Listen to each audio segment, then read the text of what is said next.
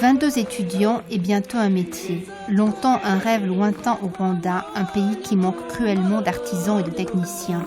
Mais dans cette classe de l'incubateur de Masaka, non loin de Kigali, on parle très concrètement affaires. Bientôt, ces filles et garçons travailleront dans le cuir, comme John Mufranzima, un artisan de 38 ans qui fabrique des chaussures et des articles de maroquinerie.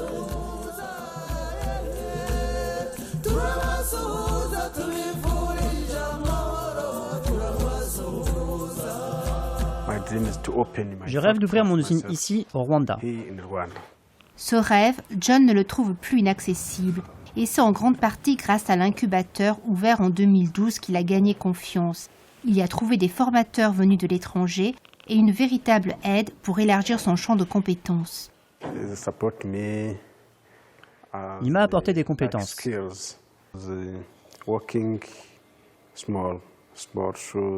Je travaillais sur des petites chaussures, des ceintures, mais pas des chaussures d'hommes, très difficiles à faire et qui requièrent des compétences pointues et rares.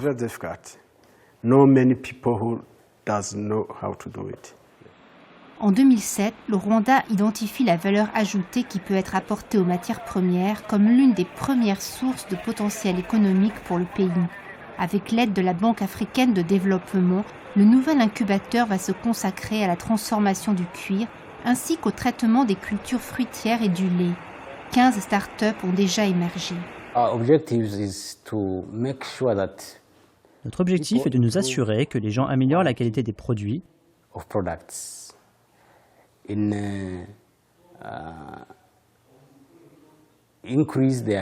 augmentent les recettes grâce notamment au marketing et au plan de développement.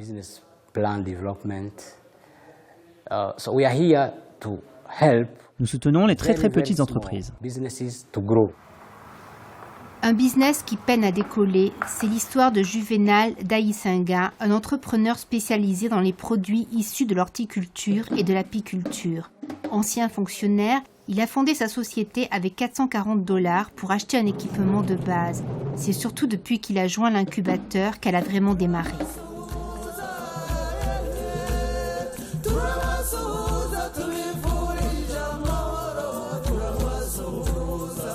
Les équipements qui sont ici nous aident à produire 10 fois plus que la production que nous avions. C'était un endroit bien équipé et très propre par rapport à l'endroit où on travaillait. La production que l'on faisait en une journée, ici on le fait en une heure. On donne plus d'emplois. En dépit de ces succès, les entrepreneurs locaux doivent faire face à des difficultés. Le financement des start-up par le secteur bancaire est un énorme défi. There was a very big problem in terms of, in the financing mechanism. Il y avait un gros problème dans le mécanisme de financement. You had people who had good projects, especially De bons projets, surtout les start-up, mais sans financement adéquat. Find the right finance. C'est justement à ce paradoxe que veut répondre le programme d'appui budgétaire financé par la BAD. Il porte sur 38,4 millions de dollars répartis en subventions et en prêts. When we started it last year, Rwanda was facing some, problems. Quand on a commencé l'année dernière, on était confronté aux problèmes de financement du projet. So it helped us really to address, Trouver le financement nous a vraiment aidé à résoudre beaucoup de problèmes dans le secteur. Cela a bien aidé la petite société de Virginie Mukakabano. Cette femme énergique, nouvellement retraitée, s'est lancée avec un associé dans un nouveau challenge, la fabrication de bougies parfumées et d'huiles essentielles. Des formations à l'entrepreneuriat à des sélections successives, le projet s'est perfectionné à chaque étape. Il a finalement dépassé le dernier obstacle, les emprunts bancaires incontournables pour investir dans les équipements.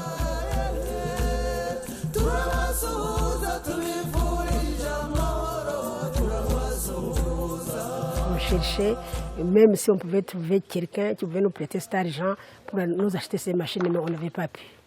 c'est le programme qui a accepté de donner une garantie et qui va jusqu'à 75% de ce prêt.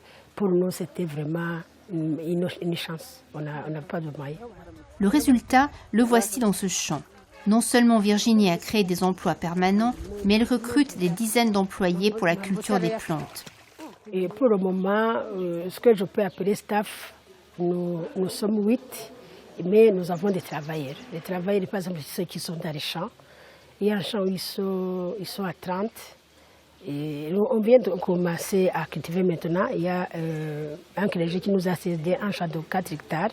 Et c'est maintenant qu'on commence à cultiver.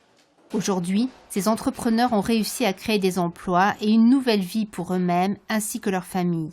My economy is increased because ma situation économique s'est améliorée. My wife was finished university.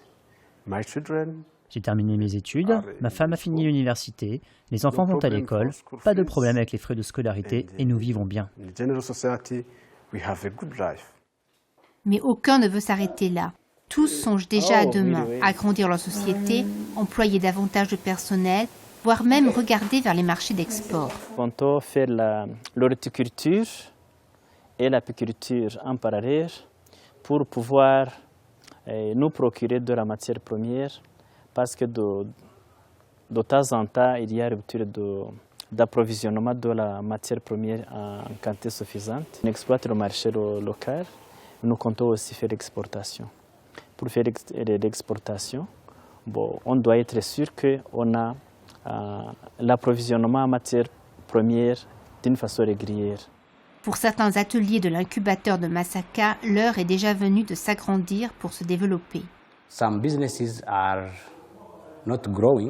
Certaines activités ne se développent pas car la capacité reste très limitée.